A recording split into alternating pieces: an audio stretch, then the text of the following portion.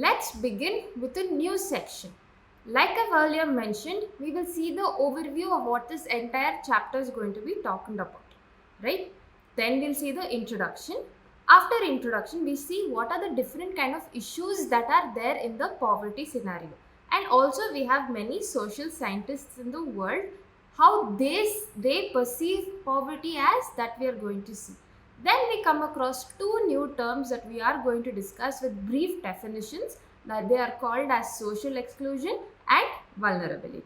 So without wasting any time ahead, let's get on to this chapter. First, let's begin with overview. So this chapter is dealing with some of the most difficult challenges that are faced by independent India, that is the poverty levels. So you must be having it in your mind that India has always been a developing country. It's not developed and it is not a rich country. So we are still in the process of developing since many years, and especially from the time we got independence in 1947, right? And there are many, you should understand the Indian population is so high and not everyone can lead a very dignified and a basic life. So there are many people who are under this state called poverty. So in this chapter, we will see the different kind of trends of poverty that's in India, the statistical numbers of poverty that is in India and the world. Like I mentioned earlier, we will see the different types of causes that has caused poverty, and we will also evaluate the anti-poverty measures, that is the positive measures that are taken by the government in order to remove the poverty from our country.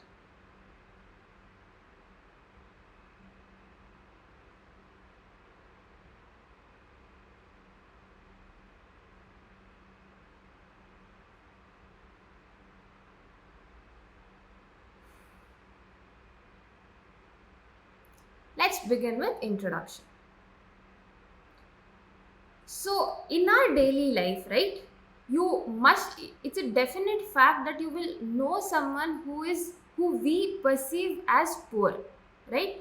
We think they are poor, so they can either be people that are living in slum areas, or they can be people that are living without any land, especially in villages. So we think they are poor. And then we also see when we visit small restaurants that there'll be child workers serving us rotis or something like that, or small workers in factories or construction sites. So these can also perceive to be poor people. So there's a very shocking fact that every fifth person in India is poor. So that comes up to being around 27 crore people in India live in ultimate poverty.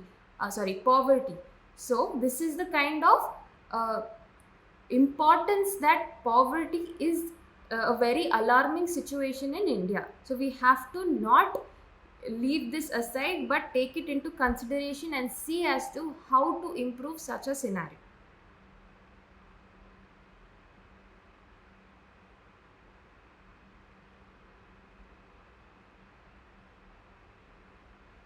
So now that we know there are around 27 crore people in India who are in poverty, so giving you a brief estimate of this, we have around 130 crore people in India.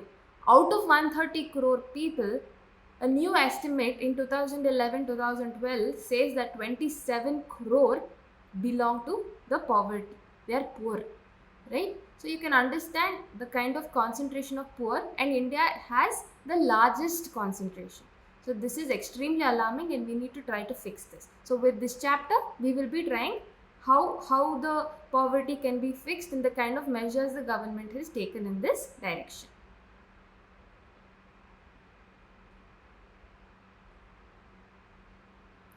So let us see the different issues relating to poverty. First is landlessness. That is, there is no kind of land available to the poor.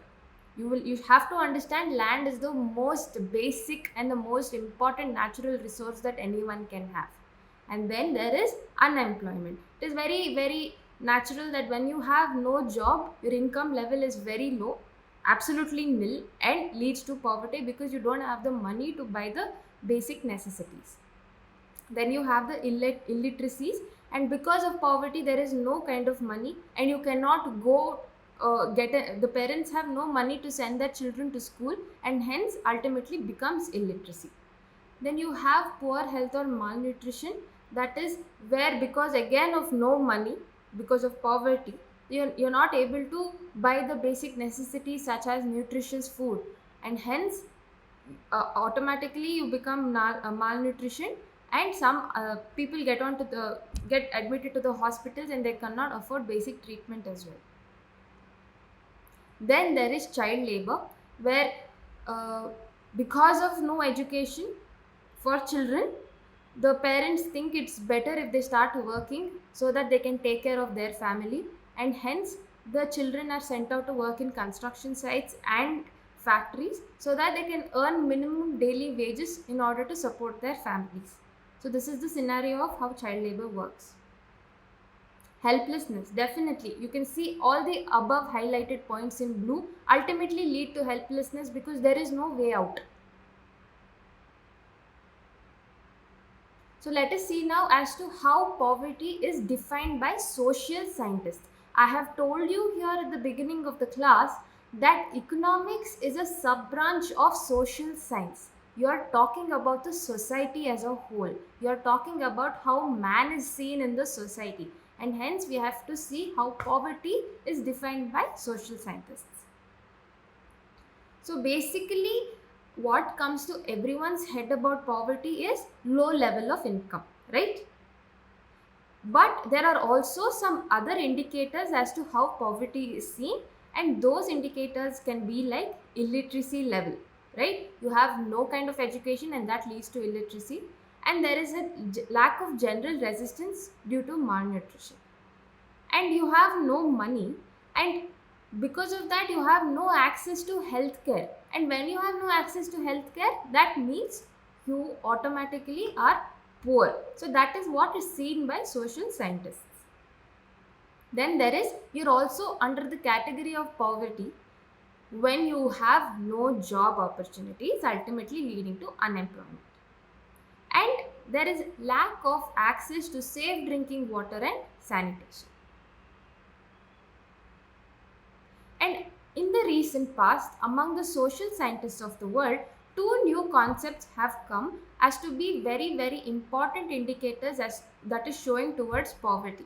That is, one being social exclusion and one being vulnerability. So these two are the main indicators in the recent past that are seen by social scientists that point to poverty.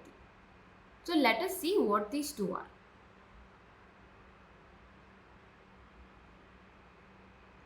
First, let's head on to social exclusion. So what does social exclusion mean? Poverty must be seen in terms of the poor having to live only in a poor surrounding with other poor people, excluded from enjoying social equality or of better off people in better surroundings. So let us break this concept social exclusion into two, right? Social goes to your surroundings, the society that you have around you. Exclusion means you are being removed from that kind of society around you because of poverty. So poverty usually is seen that the kind of poor people should mingle only with the poor people, but they cannot come and mingle with the better off people in the society. So they are being excluded from this kind of uh, from this kind of gathering, right? So it can be a cause and a consequence of poverty. So how, from where are these people excluded? They are excluded from, some people are excluded from entering temples. That is, some of scheduled castes are excluded from entering temples. They are excluded from entering well-off schools and etc. because not everyone can afford that kind of a living. Like I've told you, a typical example I can give you is the working of caste system in India. Let me briefly explain how this works, right? So in India, there has been a historical caste discrimination. So some castes are seen as the lower caste and some are seen as the upper caste. Upper caste, preferably the Brahmins, are the upper caste. The lower caste, since historical times, are not allowed to access the basic necessities such as wells. They cannot go to cinema theaters that the other general population enjoy, and they're not allowed to visit temples. That is all because of historical factors of low and upper caste. So this is still seen in India. So that we need to work on.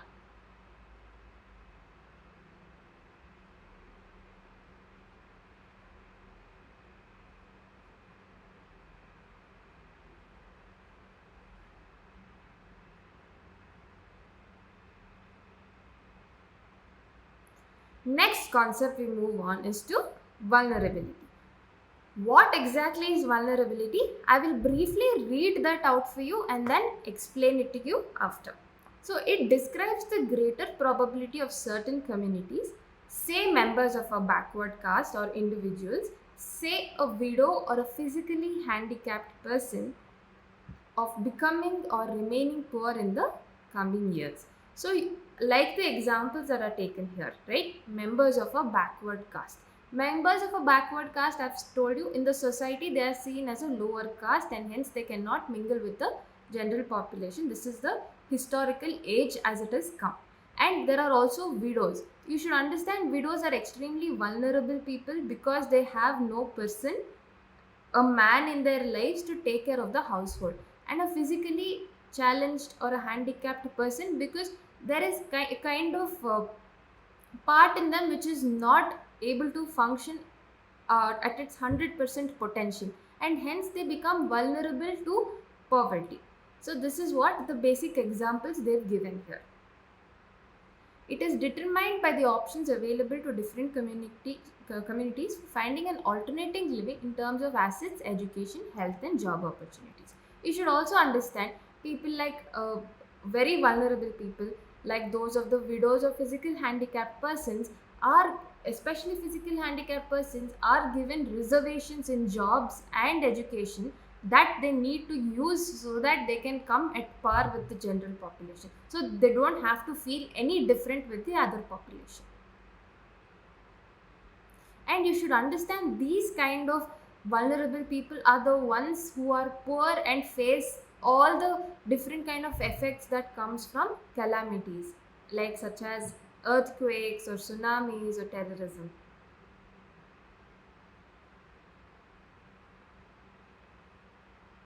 In fact, vulnerability describes the greater probability of being more adversely affected when bad time comes for everyone. It's the case scenario of being vulnerable to a bad situation. Suppose I will give you an example of a fisherman. A fisherman is a daily wage worker, right? He goes to the sea or the ocean every day and he does the basic labor of fishing and then goes to the market and sells that. This is his daily work. So suppose in times of a tsunami or an earthquake that hits the store, or take a cyclone itself, don't you think the entire his entire livelihood is washed away, and also his house is right near the coast, and because of the tsunami his entire house is washed away, his family is also, everyone's deprived of the basic needs, they don't have a roof to stay on, and he's also lost his earning and his livelihood. So don't you think he's very vulnerable right now? And this bad time has come and he is more vulnerable to such bad times. So this is what this exact slide is talking about.